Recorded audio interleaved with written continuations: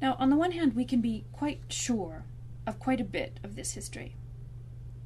There was a very strong attention to recording biography and establishing the chain of tradition about key events in the formation of Islam.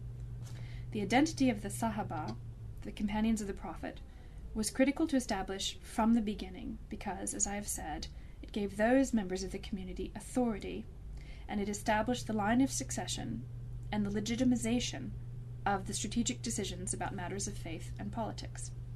The narratives of early Islamic sources are often full of detail. We get names of many of the important figures, their physical characteristics, and elaborate descriptions of the meetings which gave rise to battle orders, or strategies for attacking individual sites, or designating successors. However, these sources are often conflicting, contradicting each other. Early Muslim historians, that is, medieval writers who were compiling earlier histories, often preserved the discrepancies in them, seemingly unbothered by the fact that one authoritative voice from the 8th century gives a certain date for a battle, and another gives an entirely different one, or one source gives a certain resolution of a siege in truce, and the other gives a resolution of the same siege in bloodshed. It would be wrong to dismiss these sources as irreconcilable and biased because of these conflicting facts. What we should look to the sources to tell us is the nature of the recording and the transmission of narratives. The sources of diplomatic meetings, councils of the early Ummah, or military strategies were all preserved and recounted as oral vignettes because they were useful for conveying certain ideas.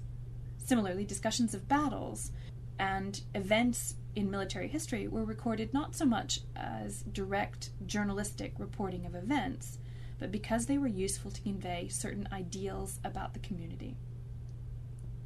As with all ancient texts, these sources were the products of the communities which composed them and then recopied them.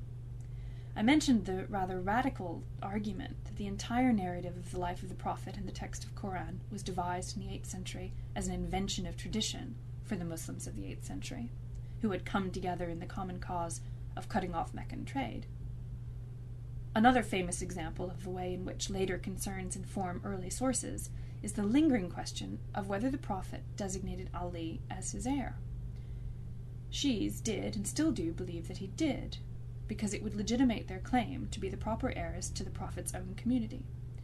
It's been argued that the accounts of this succession plan were deliberately suppressed by the supporters of Abu Bakr, Umar, and the later Sunnis. We won't know the answer to this.